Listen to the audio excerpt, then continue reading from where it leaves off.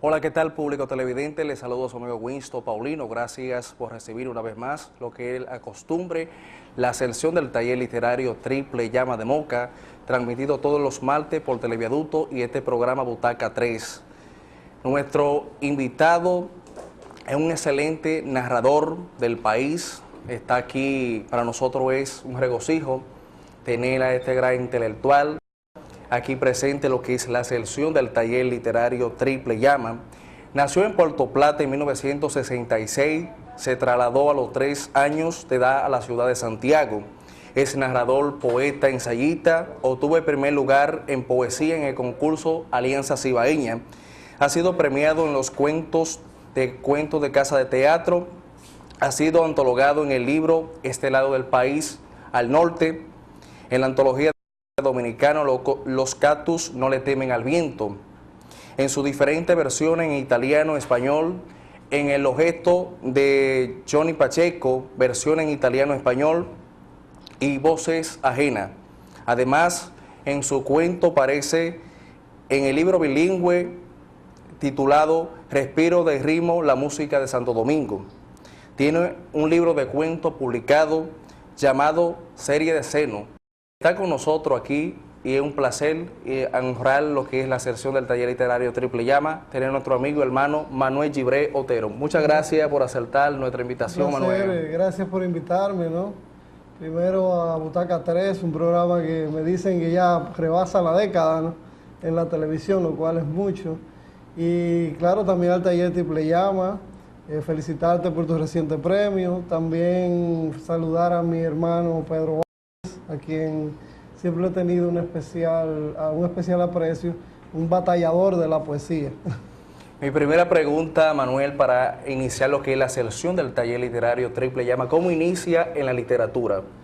Yo escribo desde muy joven, prácticamente desde que me acuerdo. Empecé como todo el mundo, escribiendo los primeros poemas románticos, contando anécdotas, narrando las cosas que me pasaban.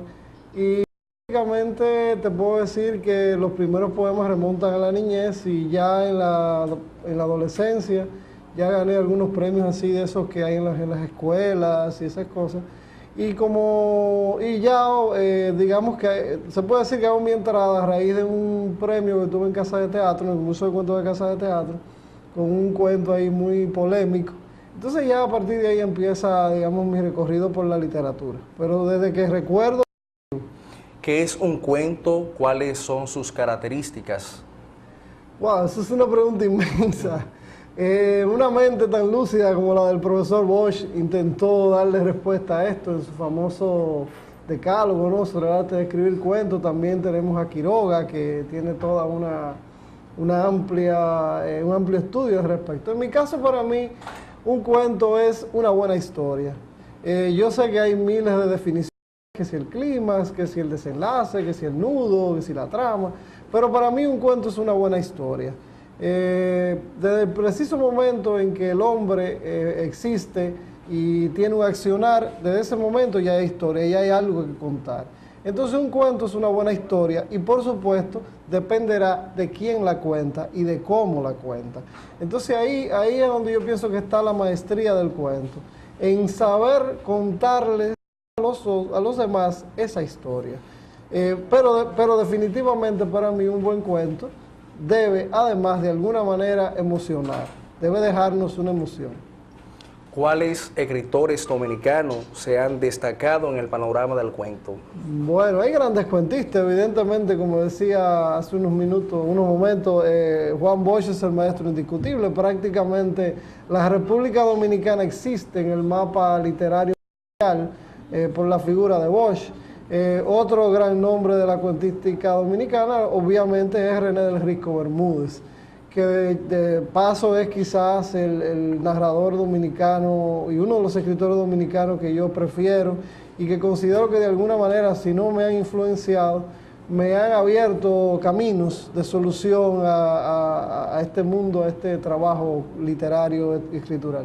Cuando se escribe un cuento, hay que tener en cuenta.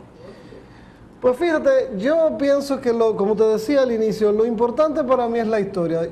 Fíjate que en estos tiempos recientes se ha puesto de moda el microrrelato.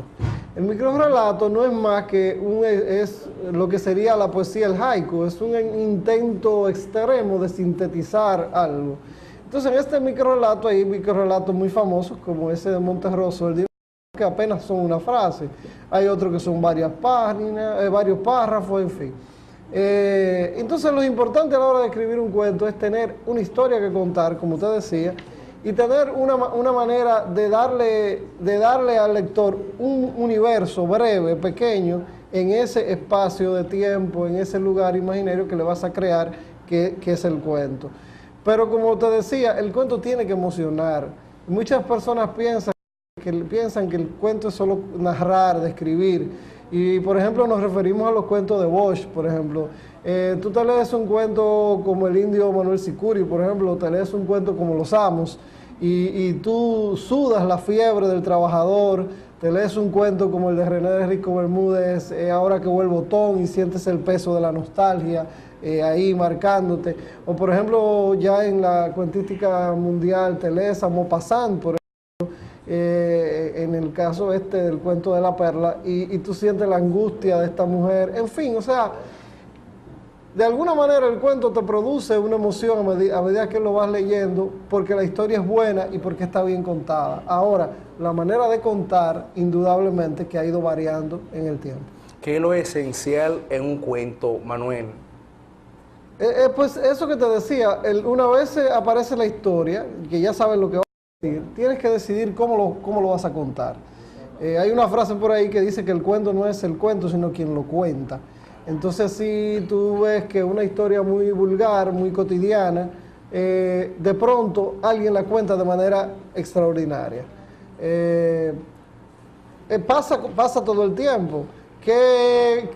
Para seguir con René de Rico Bermúdez, qué cosa tan trivial no es que una persona, luego de que emigra a la gran ciudad, regresa a su pueblo natal, pequeño, empobrecido, y se encuentra con el parque, los amigos de la juventud, y parece una cosa muy trivial, muy simple. Sin embargo, René del Risco, un genio indiscutible de la narrativa, agarra esta historia trivial y la convierte en el que probablemente sea uno de los mejores cuentos dominicanos de todos los tiempos. O sea, todo va a depender de cómo tú eres capaz de armar ese cuento, esa historia, cómo lo vas a contar. ¿Es Serie de Seno un libro basado en el contextualismo? Sí, bueno, indudablemente. Fíjate qué pasó. Cuando yo estaba escribiendo Serie de Seno, que de hecho de paso es mi primer libro, y mi único libro de narrativa publicado hasta ahora, yo estaba buscando soluciones. Entonces, yo tenía muchas inquietudes, siempre las he tenido, de completar mi actividad creativa, no solo con la literatura. Por ejemplo, solamente yo trabajo la fotografía artística y trabajo los diseños, trabajo la reflexión, un poco de filosofía, y de pronto como que no encontraba cómo unir todo esto. Entonces, para esos años, los años 90, me encuentro con Cayo Claudio Espinal, un gran amigo, probablemente uno de los intelectuales dominicanos más respetados actualmente, y Cayo me ofrece un sinnúmero de herramientas, me habla del intelectualismo, y por supuesto pienso que a la luz de ese movimiento, del cual yo fui uno de los que formó parte de sus inicios, es uno de los primeros libros que salen bajo esta nueva concepción. ¿Cómo se sintió Manuel Gibre en ser fundador del contextualismo, uno de los movimientos literarios vigentes en la República Dominicana? Pues indudablemente para mí fue un gran honor. Cayo Claudio Espinal, quien le conoce y quien sabe de la trayectoria de Cayo Claudio, se da cuenta, como decía, que se trata de un intelectual muy sólido.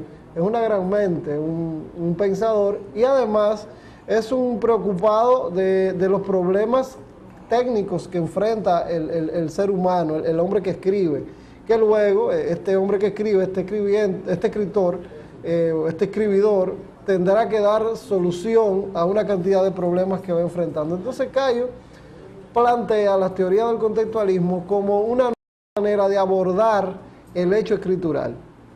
Como no es secreto para nadie que tenemos que lidiar los escritores con dos realidades. La realidad real, este mundo que está allá afuera, y la realidad del texto que estamos creando, sea un cuento, un poema, una novela, un ensayo. Hay una realidad, un mundo que se crea, que creamos en el texto. Entonces, un poco el contextualismo era eso. El contextualismo se puede decir brevemente que es la poética del contexto o la narratividad del contexto. O sea, se trata de incluir de alguna manera el contexto, con todo lo que aquello implica, en la obra que se ha creado. ¿Cuáles fueron tus experiencias intelectuales en el evento La Primera Semana de Literatura Dominicana en Italia? Sí, fue una situación muy, muy bonita. De pronto, mucha gente se ríe, pero es una realidad.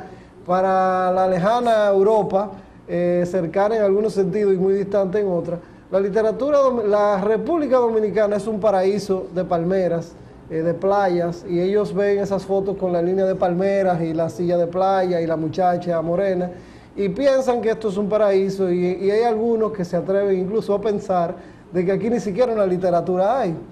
Entonces fue muy divertido que un profesor de la Universidad Estatal de Milán, el profesor Danilo Manera, en un viaje prácticamente de vacaciones que hizo a la República Dominicana, descubre que hay una literatura importante, una literatura incluso portentosa, ¿no? Entonces decide empezar a investigar y selecciona, de sus investigaciones, selecciona a 8 narradores dominicanos para que integremos un libro que se llamó Los cactus no le temen al viento, con el cual se publicó en Italia, bueno, traducido todos al italiano por la prestigiosa editorial Feltrinelli, y posteriormente la editorial y todo un esfuerzo conjunto nos invitaron a que fuéramos a presentar el libro allá con toda una semana cultural dominicana. Fue una experiencia muy bonita porque esa antología le abrió las puertas al mercado editorial en Italia y luego en España a escritores muy prestigiosos como Ángel Hernández Núñez, como García Romero, como Marcio Veloz Magiolo. En fin, fue un volver al viejo mundo ahora con una perspectiva diferente. ¿Qué es el contextualismo? ¿Una idea o un movimiento que pretende romper los esquemas tradicionales? ¿Qué es? Sí, como yo te decía, el contextualismo es una preocupación de este intelectual de Cayo Claudio Espinal que ha estudiado profundamente mucho de lo técnico, del aspecto técnico del oficio escritural. Entonces de pronto se da cuenta, hace un estudio profundo de los diferentes movimientos que han ocurrido en la República Dominicana, el postumismo, el bedrinismo, ¿no? Todo esto, y decide empezar a experimentar con esta literatura del contexto. Esto implica una serie de reglas, pero son reglas que uno las va tomando a medida que le son útiles. Por ejemplo, para poner un caso, él dice que no es posible abordar una temática en el mundo occidental sin tú hacer uso de las grandes creencias religiosas. Entonces tú debes entender, por ejemplo, qué papel tiene el judeocristianismo, qué papel tiene el Islam, qué papel tiene el budismo, por ejemplo, en el mundo de Occidente, para tú poder entender algunas de las cosas que pasan. Otra cosa interesante del contextualismo es que propone la multiculturalidad. En la época en que Cayo hablaba de todo eso, eran palabras muy novedosas. Hoy en día, gracias al internet, hablar de multiculturalidad parece una tontería, pero en esa época no lo era.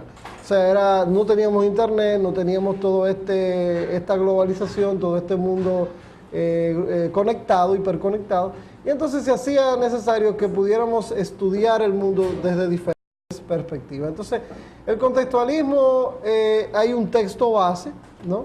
Que se llama Comedio, mediante el cual Cayo propone la elaboración no solo de literatura, también de música, de teatro, de danza, de la arquitectura, propone el abordaje de cualquier forma de hacer arte a través de ciertos enfoques que tienen que ver con entender cómo la cultura de diferentes naciones, la religión, como la física, como la ciencia incluso, puede formar parte de lo que estás escribiendo. O sea, tú no te sientas ya hoy día aislado a escribir un cuento, a escribir un poema, sino que eres parte de un contexto que debes de alguna manera expresar en tu obra.